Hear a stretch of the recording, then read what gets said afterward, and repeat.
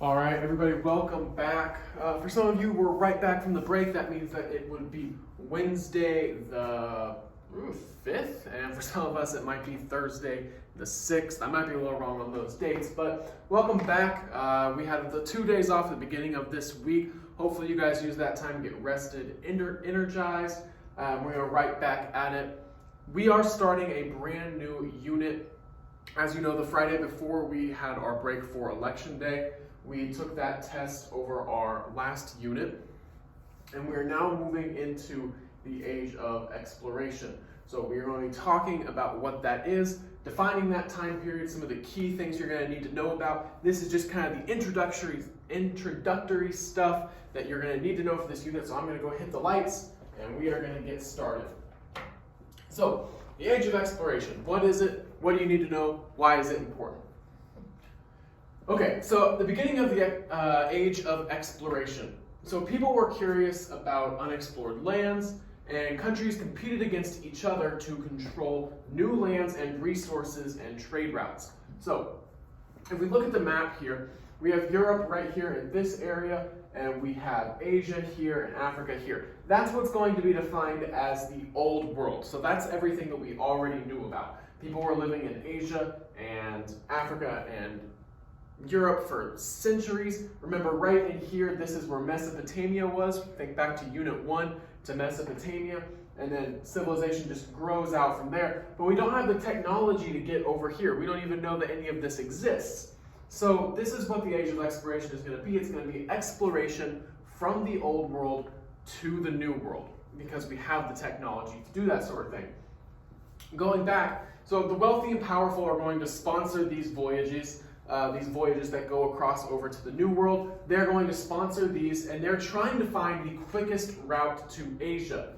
They wanted to control the spices, gold, ivory, and other valuable goods, and they improved shipbuilding and navigation tools, which allowed them to make these longer sea voyages. So we're really talking about this European area, and what they want to do, the reason why the age of exploration is going to start, is because they want to sail around the world. Christopher Columbus is going to be the first one to have that idea.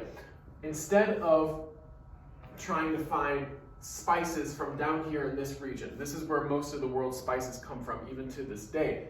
For trying to find spices down in this region or trade with China, instead of having to go all the way across the land, which takes a very long time, Columbus has the idea that you should be able to just sail this way if the earth is round, wind up on this side of the map, and be there. And that would have worked if all of this wasn't in his way, and they had no idea that any of that stuff was there.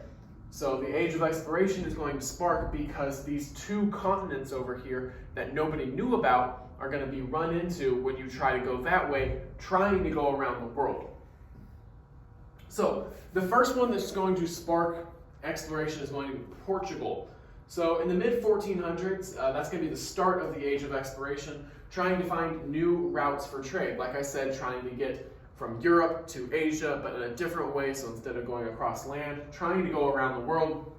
So Prince Henry the Navigator supported shipbuilders, map makers, inventors. So he's going to be the Prince of Portugal, and he is going to be huge during this time period because he is going to encourage exploration. He's going to finance it. He's going to make the resources available to get that done. And then you have Magellan. He captained the first crew to circumnavigate the world, so to sail all the way around the world, and proved for certain that the world was round. He killed Philistines and never made it home. That's a little side note, but he's going to be the one who's going to prove for certain that the world is round, because he takes off from a certain point in Portugal, sails, and makes it all the way back around. So he's going to be the first one to circumnavigate, and we'll take a look at his path and how he did that here in a second. But Portugal is going to be the first ones who really start exploring. Okay, so Magellan's around the world. So he's going to start right here, and he is going to go down, out, back across. So this proves that the world is round, because if the world was flat, then he would have fallen off the earth about right there, and he never would have popped up on the other end. So Magellan is going to be the first one to sail all the way around the world, and that is the route that he takes. Again, no knowledge about North America. They knew that Africa was here, so sailing down across Africa, that was pretty much how they were trying to do it. So then Spain is going to jump in. Spain and Portugal, if you don't know, this is Spain right here, and Portugal is this little rectangle. You can barely see it right there. That's Portugal, and the rest of this is Spain. Sorry. So that's what that is. So Portugal and Spain are right next to each other. So when Portugal starts, Spain jumps in after them. So in 1492, Columbus is going to make multiple voyages to the New World, and he is going to produce detailed maps of Caribbean islands and the coastline into Central America. And he's trying to find a westerly water route to Asia. So he is trying to sail west rather than travel over land east. So he's going to try to go west, he's going to try to push this way, and eventually he's hoping to end up in India, where he can trade for spices and other things that Spain wanted easier access to. However, where he's going to land is in the Bahamas right here. And we're going to talk about why that's important here in a little bit. So, Spanish explorers in Central America. So this Central American region right here, where you have the Aztec Empire, and you have modern-day Cuba and Santiago.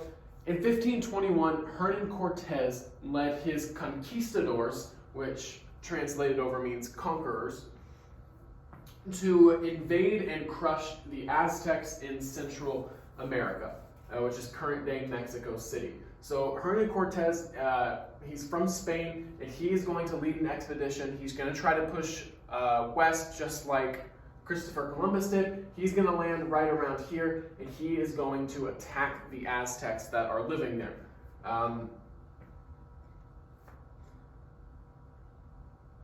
Throughout history, we know that there's, I'm sorry for pausing, I'm trying to figure out the right way to say this. Throughout history, we know that there are a lot of racially motivated and unfortunate events that happen due to race. This is one of them. So Hernan Cortez is going to push in, and he's going to see a people that he's never seen before and are different from him. And at the time, his first reaction is just going to be to conquer and enslave and go to war with anybody who has different ideas than him. And that was just the way that he thought to do it. And it's horrible, and it shouldn't have been done, but that's what happened in 1521. Then you're going to have Pizarro, and he's going to lead his troops against the Incas into South America.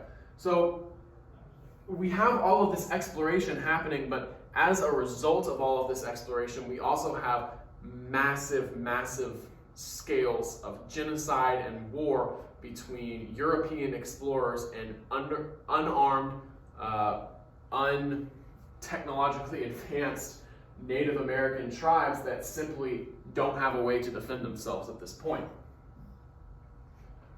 So now let's talk about France, England, and the Netherlands. So before I do, I want to go back, because the Native American tribes that are living here are so crucial to understand.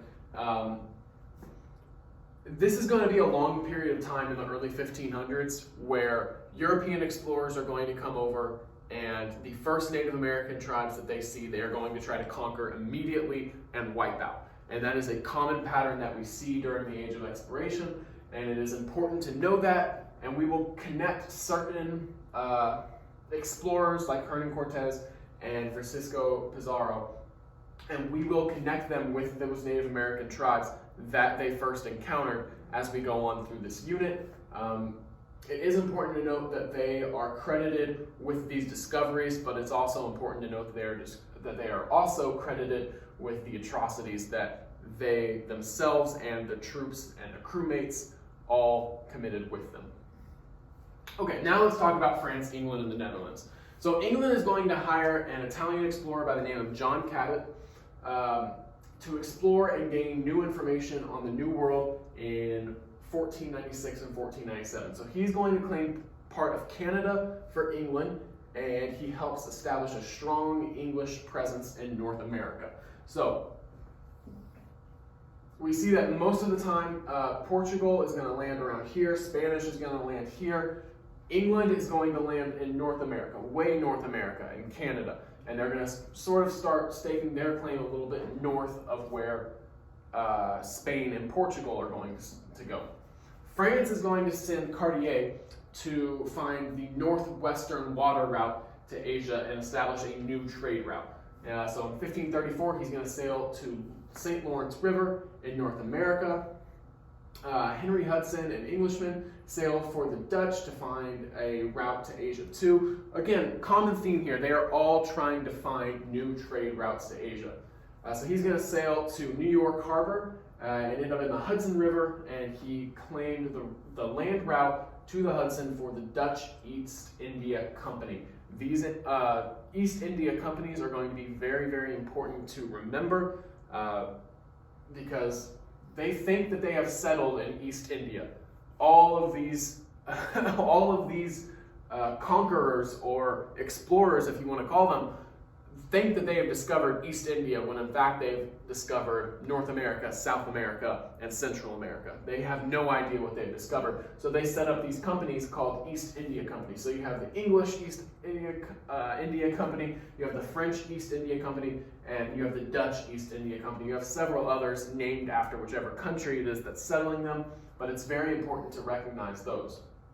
So let's take a look a little bit at some of these trade routes, or not trade routes, but exploration routes.